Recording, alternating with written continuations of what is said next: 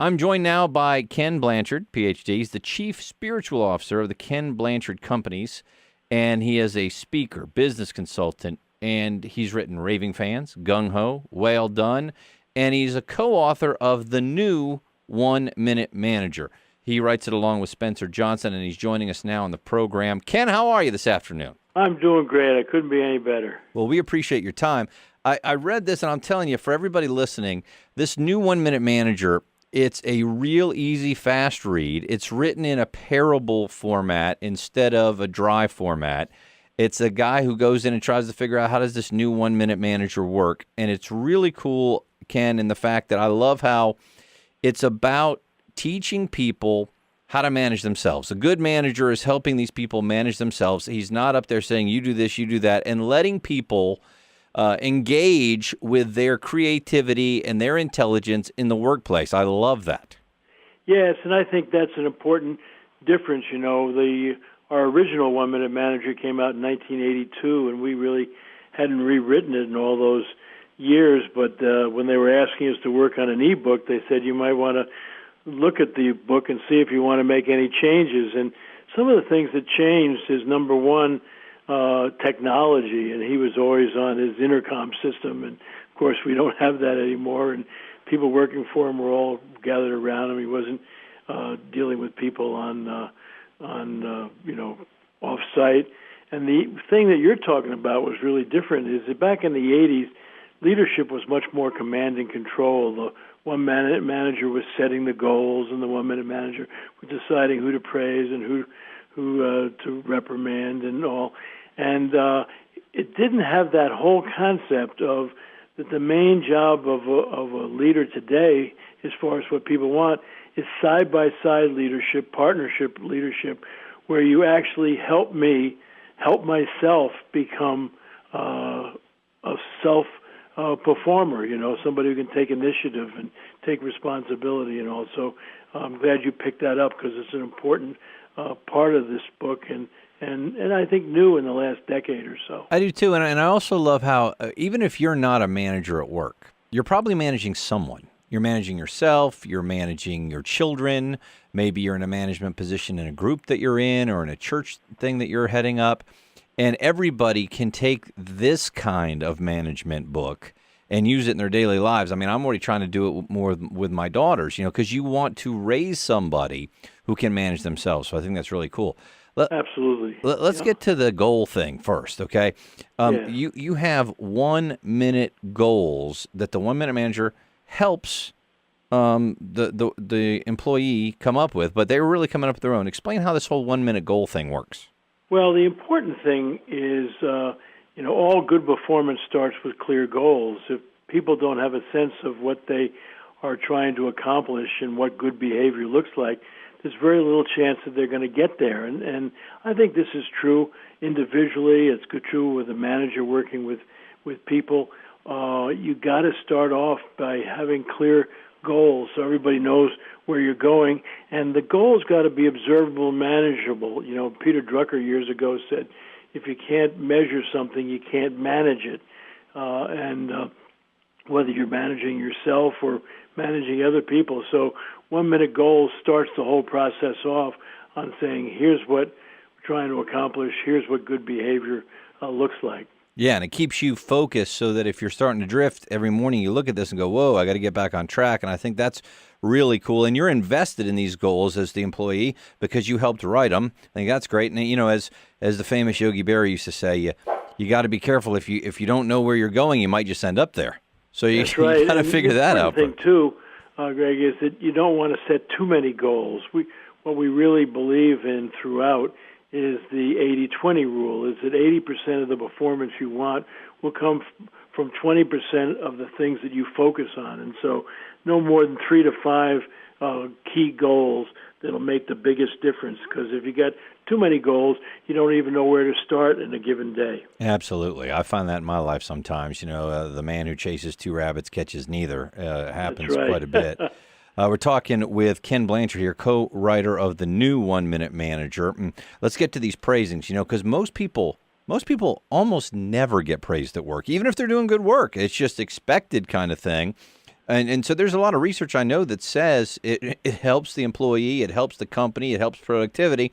When people get real praise, we're not talking about empty praise here. Your 1 minute Yes. praisings, how do these work? People have asked me, Ken, if, I took away everything you've taught for the last 40 years, but one thing, what would you hold on to?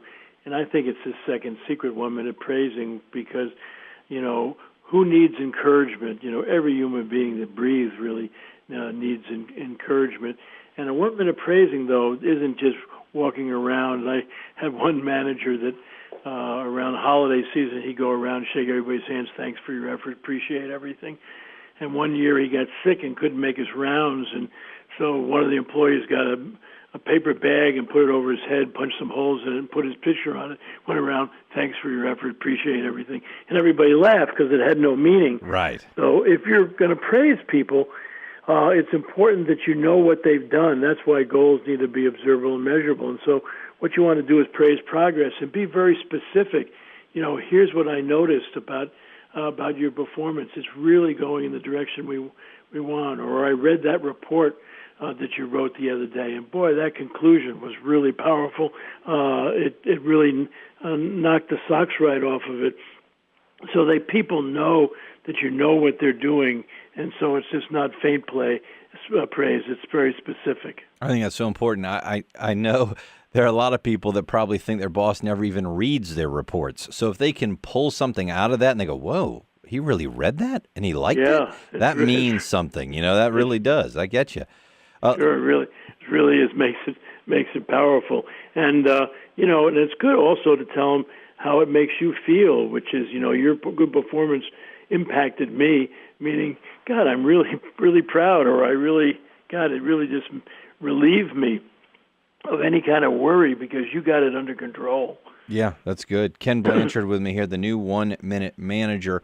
And the last big secret here is the redirect. And we still have managers out there, I know, because I've worked for some of these guys. And they don't know how to redirect somebody to get back on track. Instead, they either yell or they insult or they wait till there's so many problems that it's this huge explosion, or they wait till your performance review tell you things you didn't even know were wrong, and there's no way you can fix it before you get fired. So obviously those are all the wrong ways. You've got this 1 minute redirect. How does this work?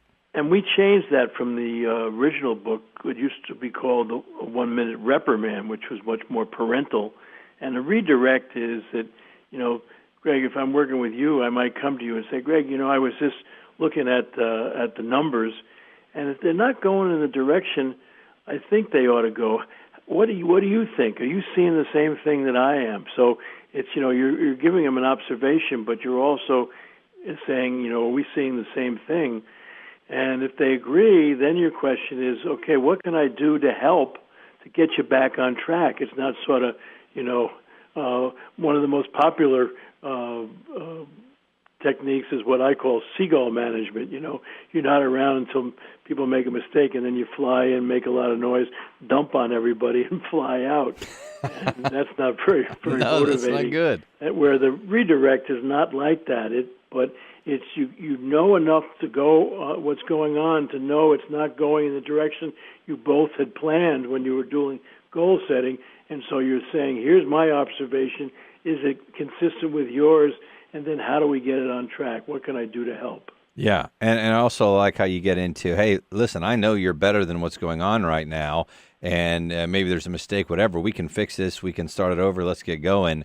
And it's a much more uplifting way, but you're not sugarcoating it. You're not telling them, oh, don't worry, everything's perfect, but you're doing it in a way to support them and help them get back on track. Yes, and because, I'm a firm believer in that your main job as a manager is you're working for your people. They're not working for you. And what can you do to make a difference out there rather than walking around with a stern look and your arms crossed, saying you can catch doing things wrong. And a lot of these companies, I'm amazed, have these normal distribution curve performance reviews, and I'll say to the people, how many of you go out and hire some losers? We lost some of our worst people last year. We got to hire some new ones to fill the low slots, So you either go and hire winners, you maybe steal from other companies or people you think have the potential to be winners, and it's your job to help them win. And so it's all about what can we do so you win and I win and the company wins. It's a triple bottom line. Good stuff. Ken Blanchard, the new 1 Minute Manager. You can find it online at new1minutemanager.com. You can also, of course, find it in the bookstores, amazon.com. Before I let you run, Ken, real quick, I know you do consulting all over the place. Give me a couple names of companies that you think are doing things the right way, because we hear so much about the wrong way. Yeah, well, I've worked with a number of companies that do it the right way, and it's so interesting. I'm thinking about a book going, duh, why isn't common sense common practice? But I wrote a book with Colleen Barrett, president of Southwest Airlines, and there's no, question about why they're continually the leading airline in terms of being profitable and all. I've worked with Chick-fil-A. There's no reason why they're not outproducing everybody in quick service, and Nordstrom's and retail, Wegmans in the grocery business, Disney and in the entertainment business. Those are all examples of companies I've worked with in the past, and also really believe in this whole kind of thing. Their whole organization is set up to catch people doing things right and to cheer people on. But they all have really clear goals and expectations, too. Great stuff. Ken Blanchard, the new 1 Minute Manager. Hey, we really appreciate you being with us, and we wish you all the best with the book. All right. Thank you, and take care of yourself.